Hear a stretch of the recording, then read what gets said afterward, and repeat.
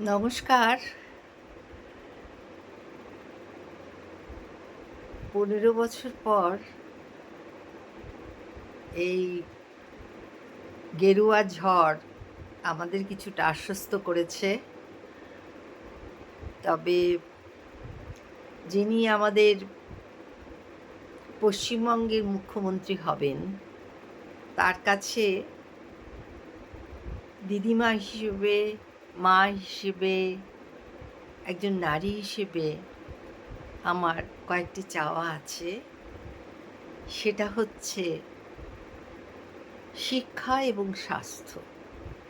এই দুটোর দিকে যেন তিনি একটু বেশি নজর দেন। তারপরে আসছে কলকারখানা, তারপরে আসছে আরও অনেক কিছু। আমাদের তো চাওয়ার শেষ নেই।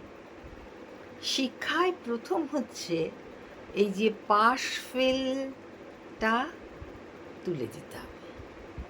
মানে পাশ ফেলটা রাখতে হবে। তুলে দিতে বলছি না, মানে রাখতে হবে। আগে যেমন সবাই পাস, শেষকালে দেখা যায় ক্লাস 8-এ, আমি তো পড়াই, ক্লাস 8-এর ছেলেমেয়েরা কিচ্ছু জানে না। কেন কি তারা প্রত্যেক বছরই পাশ করে করে উঠে যাচ্ছে। ফলে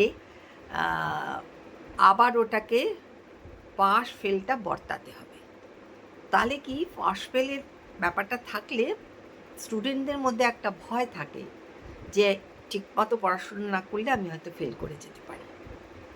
আচ্ছা, শিক্ষার দিকে হচ্ছে আমার আর একটি অনুরোধ। এই যে ২৬,০০০ জনের যে চাকরিটা গেল, তার মধ্যে সঠিক মানুষ কিছু আছেন, বেঠিকও কিছু আছেন। সঠিক মানুষ যারা আছেন তাদেরকে আবার নতুন করে দেখে যদি পুনর্বহাল করা যায়, তাহলে অনেকগুলো পরিবার বেঁচে যায়। আর যেগুলো বেঠিক সেগুলো আবার বসবে পরীক্ষায়। এই হচ্ছে।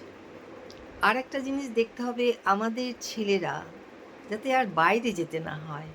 এখানে আরও কিছু ভালো হসপিটাল, আরও ভালো কলেজ, এগুলো আরও তৈরি করতে হবে।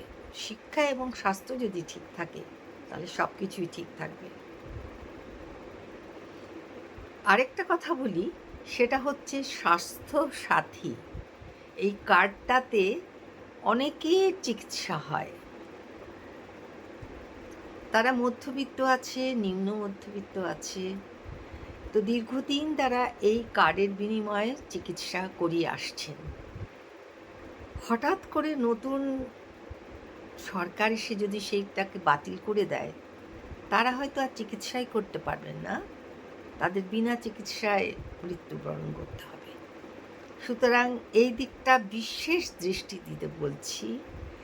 এবং সরকারি হাসপাতাল আরও কয়েকটা হওয়া দরকার। এই জন্য যে সাধারণত আমরা দেখেছি সরকারি হাসপাতালে সবসময় আগে অ্যাডমিশন করানো হয় না দেখেই মানুষ উপায় না দেখে ঘটিবাটি বিক্রি করেও প্রাইভেটে যায়। হ্যাঁ, তারপরে হয়তো শেষকালে এমন হলো যে বেড ফিও দিতে পারে না, তখন ছাড়িয়ে নিয়ে আসে। সুতরাং সরকারি হাসপাতালেরও কিছু দরকার আছে। যদি শিক্ষা ঠিক থাকে, স্বাস্থ্য ঠিক থাকে, ছেলে মেয়েদের যে কষ্ট করে পড়িয়ে বড় করছি তারা যদি চাকরি পায়, তাহলে আমার মতো মায়েদের, দিদিমাদের আর কিচ্ছু চাওয়ার থাকে না। নমস্কার। আমার নতুন যিনি সরকার গঠন করবেন তার প্রতি আমার শ্রদ্ধা, ভালোবাসা, ভরসা রইল।